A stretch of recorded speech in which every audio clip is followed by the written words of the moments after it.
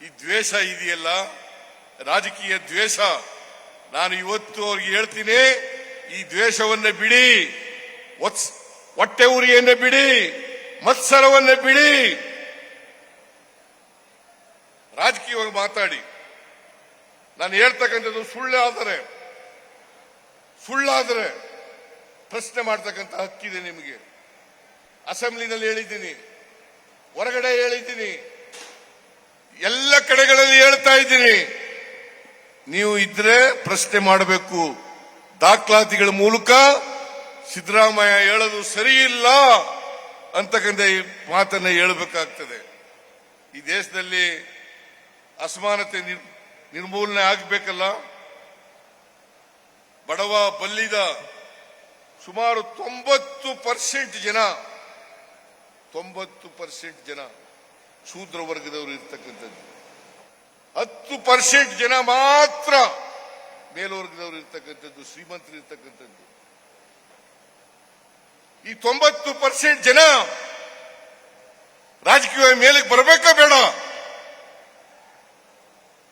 ಅವರು ಸಾಮಾಜಿಕವಾಗಿ ಆರ್ಥಿಕವಾಗಿ ಅವರಿಗೆ ಶಕ್ತಿ ತುಂಬಬೇಕಾ ಬೇಡ?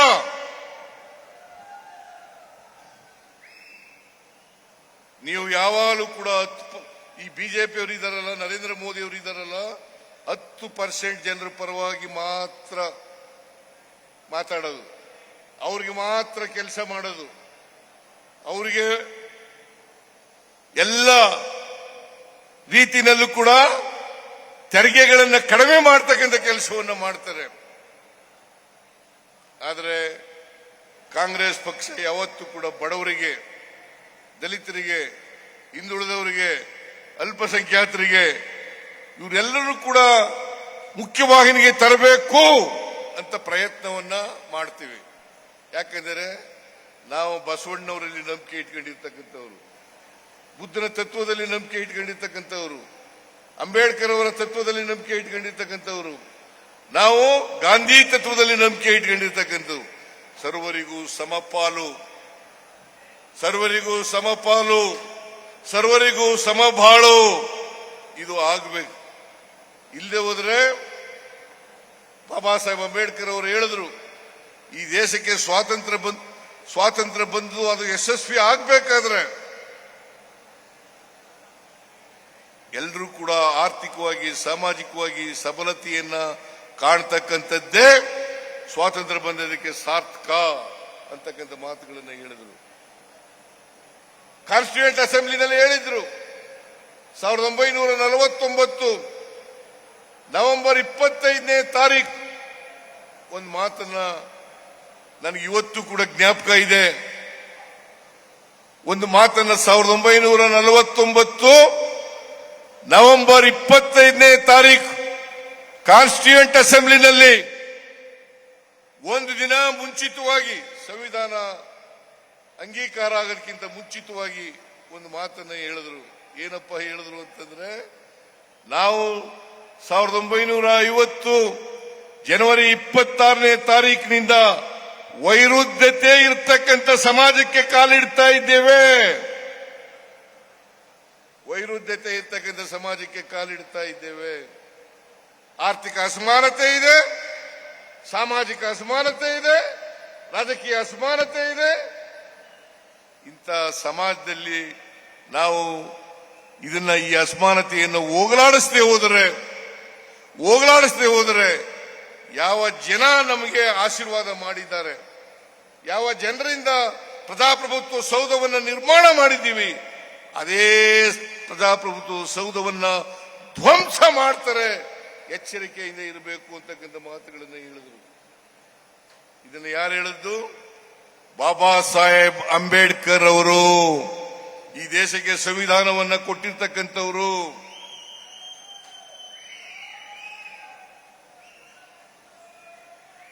ಇದು ಆಗ್ಬೇಕಾ? ದೇಶದಲ್ಲಿ ಪ್ರಜಾಪ್ರಭುತ್ವ ಧ್ವಂಸ ಆಗ್ಬೇಕಾ? ಧ್ವಂಸ ಆಗಬಾರದು. ಪ್ರಜಾಪ್ರಭುತ್ವ ಉಳಿಬೇಕು, ಸಂವಿಧಾನ ಉಳಿಬೇಕು. ಈ ದೇಶದ ಎಲ್ಲ ಜನರು ಕೂಡ ಸಮಾನವಾಗಿ ಬಾಳ್ತಕ್ಕಂಥ ವ್ಯವಸ್ಥೆ ನಿರ್ಮಾಣ ಆಗಬೇಕು.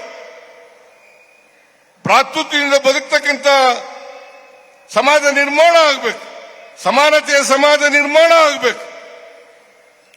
ಈ ಸಮಾಜವನ್ನ ನಿರ್ಮಾಣ ಮಾಡಲಿಕ್ಕೆ ನಾವು ಕಾಂಗ್ರೆಸ್ ಪಕ್ಷ ಮೊದಲಿನಿಂದಲೂ ಕೂಡ ಪ್ರಯತ್ನವನ್ನು ಮಾಡ್ತಾ ಇದೆ. ಸ್ವಾತಂತ್ರ್ಯ ಬಂತವಿಂದ ಜವಾಹರ್ಲಾಲ್ ನೆಹರೂರವರು ಇರ್ಬೋದು, ಇಂದಿರಾ ಗಾಂಧಿ ಅವರು ಇರ್ಬೋದು, ವಲ್ಲಭಾಯ್ ಪಟೇಲ್ ಇರ್ಬೋದು, ಇವರೆಲ್ಲರೂ ಕೂಡ ಪ್ರಯತ್ನವನ್ನು ಮಾಡ್ತಾ ಇದ್ದಾರೆ. ಮನಮೋಹನ್ ಸಿಂಗ್ ರವರ ಕಾಲದಲ್ಲಿ ನಾವು ಡೈರೆಕ್ಟಿವ್ ಪ್ರಿನ್ಸಿಪಲ್ಸ್ ಹೇಳ್ಕೊಂಡಿದ್ದೀವಿ. ರೈಟ್ ಟು ಇನ್ಫಾರ್ಮೇಶನ್ ಯಾರು ಕೊಟ್ಟವರು? ರೈಟ್ ಟು ಎಜುಕೇಶನ್ ಯಾರು ಕೊಟ್ಟವರು? ಫುಡ್ ಸೆಕ್ಯೂರಿಟಿ ಆಕ್ಟ್ ಅನ್ನ ಯಾರು ಮಾಡಿದ್ರು? ನರೇಂದ್ರ ಮೋದಿ ಅವರು ಮಾಡಿದ್ರ? ಬಿಜೆಪಿ ಅವರು ಮಾಡಿದ್ರ? ಜೆಡಿಎಸ್ ನವರು ಮಾಡಿದ್ರ? ಲ್ಯಾಂಡ್ ಎಕ್ಸ್ಚೇಂಜ್ ಆಕ್ಟ್ ಅನ್ನು ಮಾಡಿದವರು ಯಾರು? ಫುಡ್ ಸೆಕ್ಯೂರಿಟಿ ಆಕ್ಟ್ ಮಾಡಿದವರು ಯಾರು?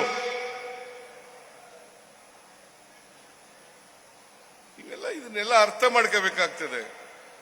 ಬಿಜೆಪಿಯವರು ಯಾವತ್ತೂ ಕೂಡ ಸಾಮಾಜಿಕ ನ್ಯಾಯದ ಪರವಾಗಿಲ್ಲ. ಯಾವ್ಯಾವಾಗ ಕಾಂಗ್ರೆಸ್ ಸಾಮಾಜಿಕ ನ್ಯಾಯವನ್ನ ಹಿಂದುಳಿದವರಿಗೆ, ದಲಿತರಿಗೆ, ಅಲ್ಪಸಂಖ್ಯಾತರಿಗೆ ಕೊಡುತ್ತದೆ, ಆವಾಗ ಅಂತ ಸಂದರ್ಭಗಳಲ್ಲೆಲ್ಲ ಕಾಲದಲ್ಲೂ ಕೂಡ ವಿರೋಧ ಮಾಡಿದ್ದಾರೆ. ಕಾಕಾಗಾಲೇಕರ್ ವರದಿಯನ್ನು ವಿರೋಧ ಮಾಡಿದವರು ಯಾರು? ಮಂಡಲ್ ಕಮಿಷನ್ ವರದಿಯನ್ನು ವಿರೋಧ ಮಾಡಿ ಕಮಂಡಲ ಯಾತ್ರೆಯನ್ನು ಮಾಡಿದವರು ಯಾರು?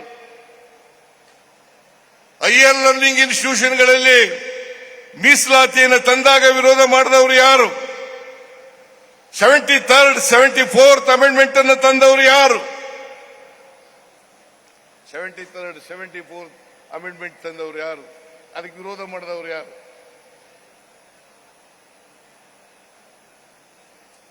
ನೀವು ಯಾವಾಗ ಮಾಡಿದಿರಿ ನೋಡೋಣ, ಹೇಳಿ ನೋಡೋಣ. ಈ RSS ಬಿಜೆಪಿ ಇದ್ದಾರಲ್ಲ, ಇವರು ಮನುವಾದಿಗಳು, ಸಂವಿಧಾನಕ್ಕೆ ವಿರುದ್ಧ. ಯಾಕಂತಂದ್ರೆ ಬಾಬಾ ಸಾಹೇಬ್ ಅಂಬೇಡ್ಕರ್ ಅವರು ಕೊಟ್ಟಿರ್ತಕ್ಕಂಥ ಸಂವಿಧಾನ ಮನುವಾದಕ್ಕೆ ವಿರುದ್ಧವಾಗಿರ್ತಕ್ಕಂಥದ್ದು, ಮನುಸ್ಮೃತಿಗೆ ವಿರುದ್ಧವಾಗಿರ್ತಕ್ಕಂಥದ್ದು. ಅದಕ್ಕೋಸ್ಕರ ವಿರೋಧವನ್ನು ಮಾಡ್ತಾರೆ. ಈಗ ಇನ್ನೊಂದು ಹೇಳಕ್ ಶುರು ಮಾಡ್ಬಿಟ್ಟಿದ್ದಾರೆ ಬಿಜೆಪಿಯವರು ಎಲ್ಲ ಕಡೆ. ಬಾಬಾ ಸಾಹೇಬ್ ಅಂಬೇಡ್ಕರ್ ಅವರನ್ನ ಸೋಲಿಸಿದವರು ಕಾಂಗ್ರೆಸ್ನವರು, ಸೋಲಿಸಿದವರು ಕಾಂಗ್ರೆಸ್ನವರು. ನಾನು ಹೇಳಿದೆ ಅಸೆಂಬ್ಲಿನಲ್ಲಿ, ಬಾಬಾ ಸಾಹೇಬ್ ಅಂಬೇಡ್ಕರ್ ಅವರು ಒಂದು ಪತ್ರವನ್ನು ಬರೆದಿದ್ದಾರೆ ಅವರ ಸ್ನೇಹಿತರಿಗೆ. ಅದರಲ್ಲಿ ಏನು ಹೇಳಿದ್ದಾರೆ ಅಂತಂದ್ರೆ, ನನ್ನನ್ನು ಸೋಲಿಸಿದವರು ಸಾವರ್ಕರ್. ಅವರೇ ಹೇಳಿರೋದು, ಬಾಬಾ ಸಾಹೇಬ್ ಅಂಬೇಡ್ಕರ್ ಅವರು ಹೇಳಿರ್ತಕ್ಕಂಥದ್ದು. ನನ್ನನ್ನು ಸೋಲಿಸಿದವರು ಸಾವರ್ಕರ್, ಕಮ್ಯುನಿಸ್ಟ್ನ ರಂಗ. ಇದನ್ನ ನೀವೆಲ್ಲ ತಿಳ್ಕೋಬೇಕಾಗ್ತದೆ. ಅದಕ್ಕೆ ಬಾಬಾ ಸಾಹೇಬ್ ಅಂಬೇಡ್ಕರ್ ಅವರು ಹೇಳಿದ್ದಾರೆ, ಯಾರಿಗೆ ಇತಿಹಾಸ ಗೊತ್ತಿಲ್ಲ ಅವ್ರು ಯಾರು ಕೂಡ ಭವಿಷ್ಯವನ್ನು ನಿರ್ಮಾಣ ಮಾಡಲಿಕ್ಕೆ ಸಾಧ್ಯ ಇಲ್ಲ. ಯಾರಿಗೆ ಇತಿಹಾಸ ಗೊತ್ತಿಲ್ಲ ಅವ್ರು ಯಾರು ಕೂಡ ಭವಿಷ್ಯವನ್ನು ನಿರ್ಮಾಣ ಮಾಡಲಿಕ್ಕೆ ಸಾಧ್ಯ ಇಲ್ಲ. ಇತಿಹಾಸ ಗೊತ್ತಿದ್ರೆ ಮಾತ್ರ ಈ ಅಸಮಾನತೆ ನಿರ್ಮಾಣ ಆಗಲಿಕ್ಕೆ ಕಾರಣ ಏನು?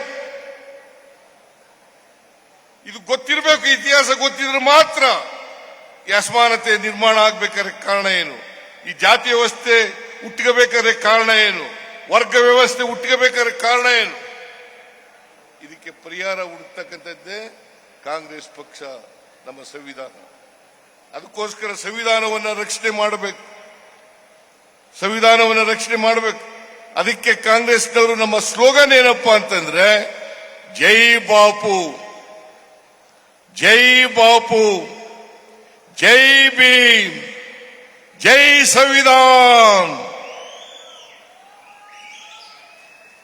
ಜೈ ಬಾಪು, ಜೈ ಭೀಮ್, ಜೈ ಸಂವಿಧಾನ್. ಇವರಿಗೆ, ಸಂವಿಧಾನಕ್ಕೆ ವಿರುದ್ಧವಾಗಿರ್ತಕ್ಕಂಥವರಿಗೆ ಸಂವಿಧಾನ ರಚನೆ ಆದಂತ ಸಂದರ್ಭದಲ್ಲಿ ಇದನ್ನು ವಿರೋಧ ಮಾಡಿದವರು ಯಾರು ಗೊತ್ತಾ? ಗೋಲ್ವಾಲ್ಕರ್, ಸಾವರ್ಕರ್. ಯಾರಿವರು? ಹಿಂದೂ ಮಹಾಸಭಾದ ನಾಯಕ, RSS ನ ನಾಯಕ. ಇವರು ವಿರೋಧ ಮಾಡಿದ್ದು.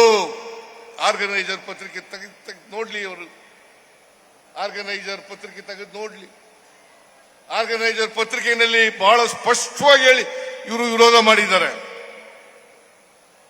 ಅನೇಕ ಸಾರಿ ಹೇಳ್ತಾರೆ, ಈ ಸಂವಿಧಾನವನ್ನು ಬದಲಾವಣೆ ಮಾಡ್ತೀವಿ.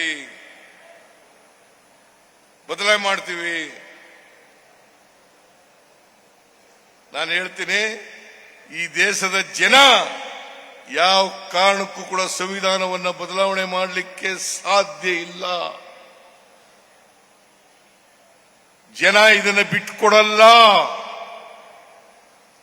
ಕಾಂಗ್ರೆಸ್ ಪಕ್ಷ ಇದನ್ನು ಬಿಟ್ಟುಕೊಡಲ್ಲ.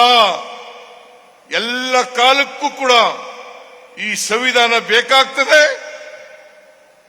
ಈ ಸಂವಿಧಾನವನ್ನು ರಕ್ಷಣೆ ಮಾಡತಕ್ಕಂಥ ಕೆಲಸವನ್ನ ಕಾಂಗ್ರೆಸ್ ಮಾಡ್ತದೆ ಅಂತಕ್ಕಂಥ ಮಾತುಗಳನ್ನು ಹೇಳಲಿಕ್ಕೆ ಬಯಸ್ತಾ ಇದ್ದೇನೆ. ಇವರೆಷ್ಟೇ ಸುಳ್ಳು ಹೇಳಲಿ, ಎಷ್ಟೇ ಅಪವಾದಗಳನ್ನು ಮಾಡಲಿ, ಆದರೆ ಕಾಂಗ್ರೆಸ್ ಪಕ್ಷ ಬಡವರ ಪರವಾಗಿ ಮಾಡತಕ್ಕಂಥ ಕಾರ್ಯಕ್ರಮಗಳನ್ನು ನಿಲ್ಲಿಸಲ್ಲ. ಇವೆಲ್ಲ ಗ್ಯಾರಂಟಿ ಯೋಜನೆಗಳಿದ್ದಾವಲ್ಲ, ಯಾವ ಗ್ಯಾರಂಟಿ ಯೋಜನೆಗಳು ಸ್ವಲ್ಪ ದಿನ ಶುರು ಮಾಡಿದ್ರು, ಈ ವರ್ಷ ನಿಲ್ಲಿಸ್ಬಿಡ್ತಾರೆ, ಮುಂದಿನ ವರ್ಷ ನಿಲ್ಲಿಸ್ಬಿಡ್ತಾರೆ. ನಾನು ಹೇಳ್ತೀನಿ, ಯಾವ ಕಾರಣಕ್ಕೂ ಗ್ಯಾರಂಟಿ ಯೋಜನೆಗಳು ನಿಲ್ಲಲ್ಲ. ಇವು ಬಡವರ ಕಾರ್ಯಕ್ರಮಗಳು. ಶಕ್ತಿ ಯೋಜನೆ, ಮಹಿಳೆಯರಿಗೆ ಶಕ್ತಿ ತುಂಬತಕ್ಕಂಥ ಕಾರ್ಯಕ್ರಮ. ಗೃಹ ಜ್ಯೋತಿ, ಬಡವರಿಗೆ ಪರ್ಚೇಸಿಂಗ್ ಪವರ್ ಅನ್ನು ಹೆಚ್ಚು ಮಾಡತಕ್ಕಂಥ ಕಾರ್ಯಕ್ರಮ. ಗೃಹಲಕ್ಷ್ಮಿ, ಒಬ್ಬ ಹೆಣ್ಣುಮಗಳಿಗೆ ಮನೆ ಒಡತಿಗೆ 2,000 ರೂಪಾಯಿ ತಿಂಗಳಿಗೆ 1,23,00,000 ಕುಟುಂಬಗಳಿಗೆ ಕೊಡ್ತಾ ಇದ್ದೀವಿ ಇವತ್ತು. 1,23,00,000 ಜನರಿಗೆ. ಗೃಹ ಜ್ಯೋತಿ 1,64,00,000 1,64,00,000 ಕುಟುಂಬಗಳಿಗೆ ಗೃಹ ಜ್ಯೋತಿಯನ್ನ ಕೊಡ್ತಾ ಇದ್ದೀವಿ. 200 ಯೂನಿಟ್ ವರೆಗೆ ಫ್ರೀ ಕರೆಂಟ್. ಯುವ ನಿಧಿ ಕಾರ್ಯಕ್ರಮ ಕೊಡ್ತಾ ಇದ್ದೀವಿ. ಅನ್ನಭಾಗ್ಯ ಕಾರ್ಯಕ್ರಮ ಕೊಡ್ತಾ ಇದ್ದೀವಿ. ಇದರಿಂದ ದುಡ್ಡು ಉಳಿತಾಯ ಆಗ್ತದಲ್ಲ. ಮಕ್ಕಳ ವಿದ್ಯಾಭ್ಯಾಸಕ್ಕೆ, ಆಸ್ಪತ್ರೆಗೆ, ಬೇರೆ ಪರ್ಚೇಸಿಂಗ್ ಪವರ್ ಜಾಸ್ತಿ ಆದಷ್ಟು ಕೂಡ ಯಾವುದೇ ರಾಜ್ಯದ, ದೇಶದ ಆರ್ಥಿಕ ಪರಿಸ್ಥಿತಿ ಸುಧಾರಣೆ ಆಗಬೇಕಾದ್ರೆ ಆ ಜನರಲ್ಲಿ, ಆ ದೇಶದ, ರಾಜ್ಯದ ಜನರಲ್ಲಿ ಕೊಂಡ್ಕೊಳ್ತಕ್ಕಂಥ ಶಕ್ತಿ ಜಾಸ್ತಿ ಆಗಬೇಕು. ಕೊಂಡ್ಕೊಳ್ತಕ್ಕಂಥ ಶಕ್ತಿ ಜಾಸ್ತಿ ಆದ್ರೆ ಮಾತ್ರ ಆರ್ಥಿಕತೆ ಬೆಳವಣಿಗೆ ಆಗಲಿಕ್ಕೆ ಸಾಧ್ಯ ಆಗ್ತದೆ. ಅದಕ್ಕೆ ನಮ್ಮ 90% ಜನ ಈ ದೇಶದಲ್ಲಿ ಶಕ್ತಿ ಇಲ್ಲದೆ, ಕೊಂಡ್ಕೊಳ್ತಕ್ಕಂಥ ಶಕ್ತಿ ಇಲ್ಲದೆ ಈ ಜನರಿಗೆ ನಾವು ಗ್ಯಾರಂಟಿ ಯೋಜನೆಗಳನ್ನು ಕೊಟ್ಟಿದ್ದೀವಿ. ಈ ಗ್ಯಾರಂಟಿ ಯೋಜನೆಗಳೆಲ್ಲ ಕಾಪಿ ಮಾಡಕ್ಕೆ ಶುರು ಮಾಡಿಬಿಟ್ಟಿದ್ದಾರೆ. ಅನೇಕ ಕಡೆಗಳಲ್ಲಿ ಕಾಪಿ ಮಾಡೋದು. ಮಹಾರಾಷ್ಟ್ರದಲ್ಲಿ ಕಾಪಿ ಮಾಡಿದ್ರು, ರಾಜಸ್ಥಾನದಲ್ಲಿ ಕಾಪಿ ಮಾಡಿದ್ರು, ಗುಜರಾತ್ನಲ್ಲಿ ಕಾಪಿ ಮಾಡಿದ್ರು, ಮಧ್ಯಪ್ರದೇಶದಲ್ಲಿ ಕಾಪಿ ಮಾಡಿದ್ರು, ಉತ್ತರ ಪ್ರದೇಶದಲ್ಲಿ ಕಾಪಿ ಮಾಡಿದ್ರು, ಡೆಲ್ಲಿನಲ್ಲಿ ಕಾಪಿ ಮಾಡಿದ್ರು. ಈಗ ಬಿಹಾರ್ನಲ್ಲಿ ಮಾಡ್ತಾ ಇದ್ದಾರೆ. ಬಿಹಾರ್ನಲ್ಲಿ ನಾವು 200 ಯೂನಿಟ್ ಕೊಟ್ರೆ ಅವರು 125 ಯೂನಿಟ್ ಕೊಡ್ತಾರಂತೆ.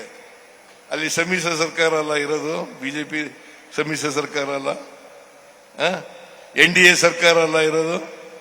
ನಿಮ್ದು ಪಾತ್ರ ಇದೆಯಾ ಇಲ್ವಾ? ನರೇಂದ್ರ ಮೋದಿಜಿ, ನಾಚಿಕೆ ಆಗಲ್ಲ ನಿಮಗೆ? ಇಷ್ಟೆಲ್ಲ ನೀವು ಹೇಳಿ ನಮ್ಮ ಮಾದರಿಯನ್ನ ನೀವು ಅನುಸರಿಸತಕ್ಕಂಥ ಕೆಲಸವನ್ನು ಮಾಡ್ತಾ ಇದ್ದೀವಿ. ಕರ್ನಾಟಕ ಮಾದರಿಯನ್ನ ನೀವು ಬೇರೆ ರಾಜ್ಯಗಳಲ್ಲಿ ಅನುಸರಿಸತಕ್ಕಂಥ ಮಾತನ್ನು ಹೇಳ್ತಾ ಇದ್ದೀರಿ. ನೀವು ಜನರಿಗೆ ಸುಳ್ಳು ಹೇಳ್ತಕ್ಕಂಥ ಕೆಲಸವನ್ನು ಮಾಡ್ತಾ ಇದ್ದೀರಿ. ಅದರಿಂದ ಸಮಯ ಆಗಿರೋದ್ರಿಂದ ನಾನು ಹೆಚ್ಚು ಮಾತನಾಡಕ್ ಹೋಗಲ್ಲ. ನೀವೆಲ್ಲರೂ ಬಹಳ ಜನ ಖಾಲಿ ಮಾಡಿಬಿಟ್ಟಿದ್ದಾರೆ. ಕೂತ್ಕೊಳ್ಳ. ಅದರಿಂದ ನನ್ನ ಭಾಷಣವನ್ನ ಮೊಟಕು ಮಾಡ್ತಕ್ಕಂಥ ಕೆಲಸವನ್ನ ಮಾಡ್ತಾ ಇದ್ದೇನೆ.